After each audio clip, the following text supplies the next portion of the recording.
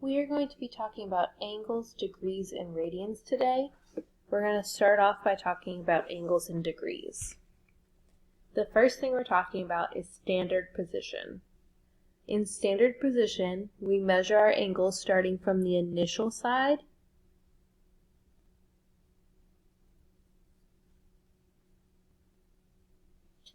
and measuring to the terminal side.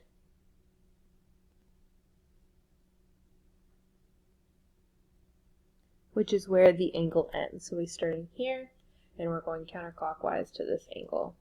So our initial side is always the positive x value side, so starting right here, and we almost always go in a counterclockwise for our positive angles. That's what we do. Theta means angle. So over here, our initial side is right here, and our terminal is right here.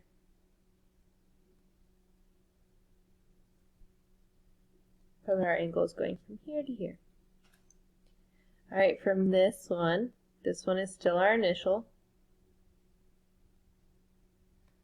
But for this one, we didn't go counterclockwise, we went clockwise. So this would be a negative angle, but the second one is still our terminal angle.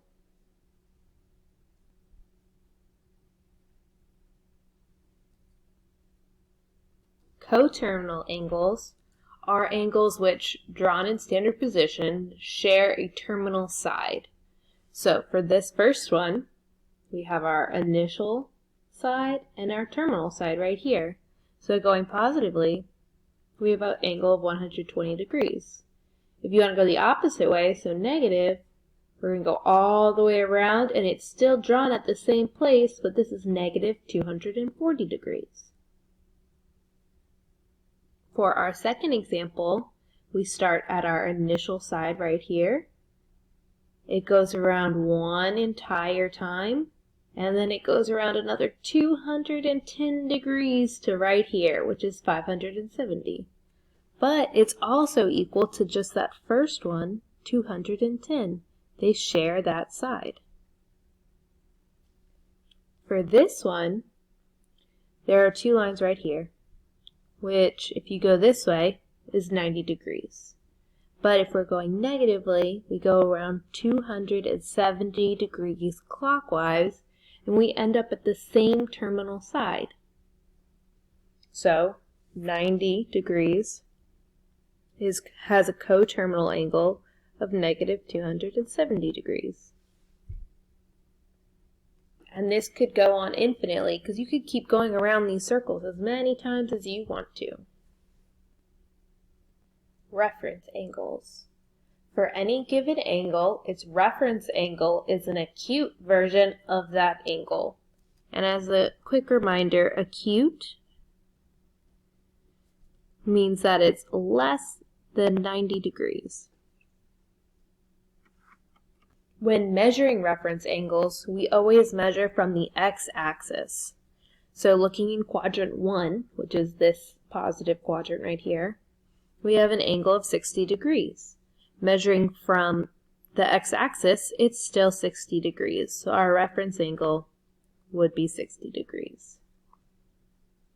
For quadrant 2, over here, our initial side's right here, our terminal side's right here. And this is an angle of 120, but that is an obtuse angle, it's not acute. Our reference angle measures from our x-axis to our line, which is 60 degrees. So I didn't measure this, I knew it was 60 degrees because I subtracted 180 minus 120, which gave us 60. So quadrant 4. Alright, looking in quadrant 3, this whole angle is 240 degrees, but we want to know the reference angle, so the acute angle coming from the x-axis. So what is that angle? Well, we know from here to here is 180 degrees, and we want to know this last little bit of distance. So we could subtract 240 and 180.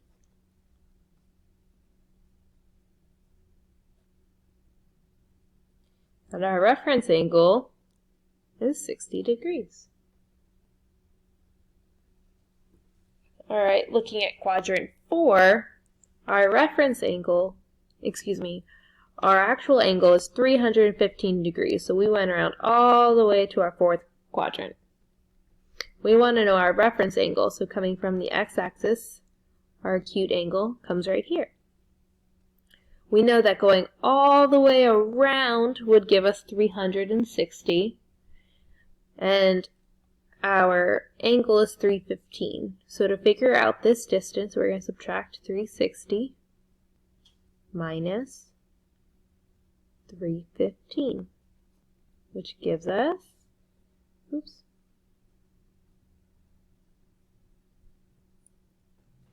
45 degrees.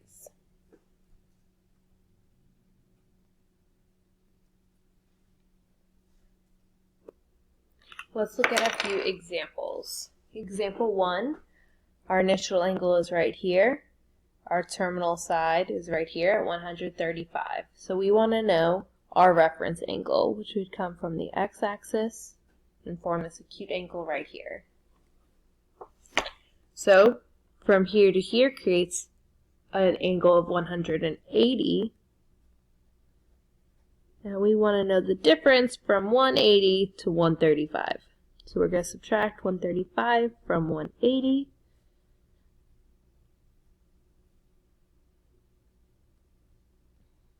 And we find that our reference angle is 45 degrees. Example 2. Our initial side all the way to our terminal side is 210 degrees. And we want to know from our x-axis to the angle, how many degrees is that? Well, we know from here to the other side of the x-axis is 180 degrees. We want a little bit further than that to 210. So we're going to start with 210 and subtract 180, which gives us 30 degrees. So our reference angle for 210 is 30 degrees. Now we're going to be talking about radians and how to convert from radians to degrees and from degrees to radians. Radians are a unit for measuring angles. The number of radians in an angle equals the number of radii it takes to measure the circle arc described by that angle. Meaning,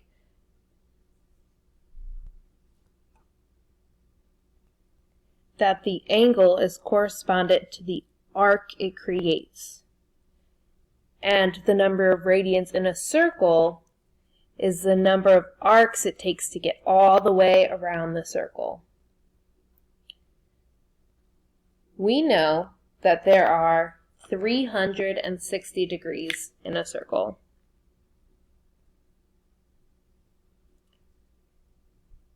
We also know that there are 2 pi radians in a circle.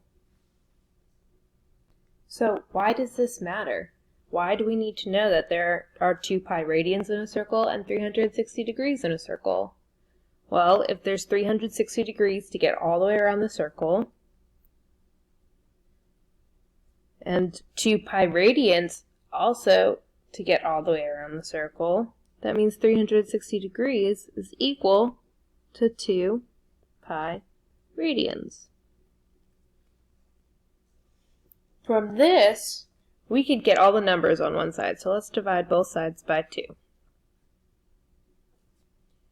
When we divide the left side by 2, we get 180 degrees, and that equals pi radians.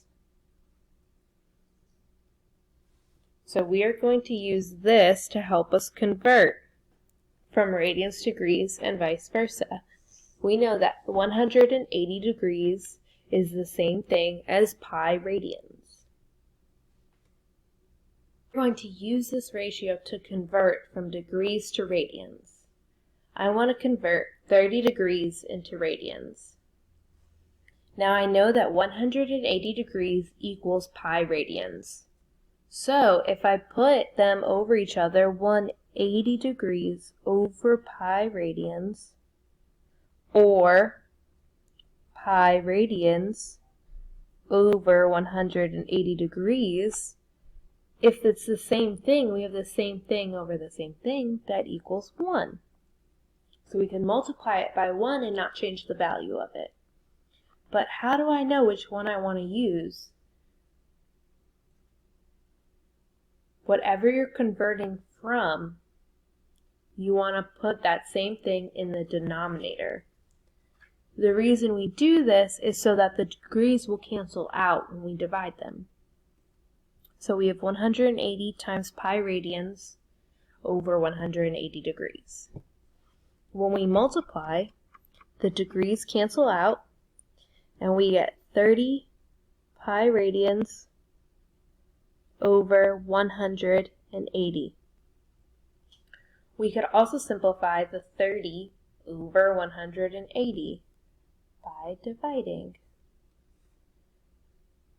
When we simplify, we get pi radians over 6. So 6. Example 2, converting from degrees to radians. We're going to multiply, and we want to make sure that we have our degrees in the bottom. So 180 degrees times over.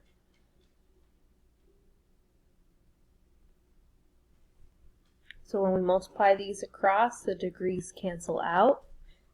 We get 45 pi over 180 radians. When we simplify that further, we get pi over 4 radians.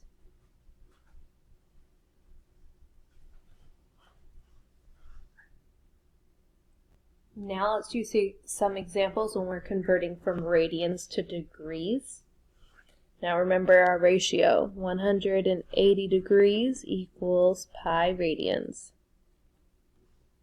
So if we're converting from radians to degrees, we want to make sure that our radians are in the bottom, so that way they cancel out. And our degrees are in top, because that's what we want to get to. So, lucky for us, the radians cancel out, and so do the pi's. So pi goes away, and pi goes away. So now all we have left is 180 degrees divided by 2, which gives us 90 degrees. Alright, number 2, we're going to put our pi in the denominator, 180 in the numerator. When we multiply straight across, our pi's cancel out again. We have 3 times 180, which is 540, divided by 4, which gives us 135 degrees. Alright, let's do some practice problems. Convert from radians to degrees, or from degrees to radians. So the first thing we need to do is determine if we have degrees or radians. Looking at this problem, which one do we have? Well, it has a little degree symbol, so obviously we have degrees. Since we have degrees, we're going to multiply by pi radians over 180 degrees, because we want to cancel out those degrees. So when we multiply those straight across, our degrees cancel out. We get 90 pi radians over 180. We could simplify this fraction more, and we get pi over 2 radians. So 90 degrees is equal to pi over 2 radians. Example 2 is pi over 3. Now the first thing we need to do again is determine if we already have radians or degrees. So we don't have a little degree symbol. It doesn't say degree. So that means that this is in radians. Another typical sign of radians is if it has a pi in it. This one has pi. It has no degree symbol. It's in radians. Since we're given radians, we want to make sure we put pi radians in the bottom and 180 degrees in the top. So that way our pi's could cancel out. Now the only things we have left when we multiply straight across is 180 degrees divided by 3. 180 divided by 3 is 60 degrees. So pi over 3 radians is the same thing as 60 degrees. Example 3 says 330 degrees. Since we have degrees, we're going to multiply by pi over 180 degrees. Our degrees cancel out. When we multiply straight across, we get 330 pi over 180. And we see if we can simplify this fraction. Both terms are divisible by 30. So when we divide the top by 30, we get 11 pi over 180 divided by 30, which is 6. So we have 11 pi over 6 radians. Is the same thing as 330 degrees. Alright, we are going to convert pi over 10. Pi over 10 is in radians. So we're going to multiply by 180 degrees over pi radians. Our pi radians cancel out. When we multiply straight across, we get 180 degrees divided by 10. 180 divided by 10 would give us 18 degrees.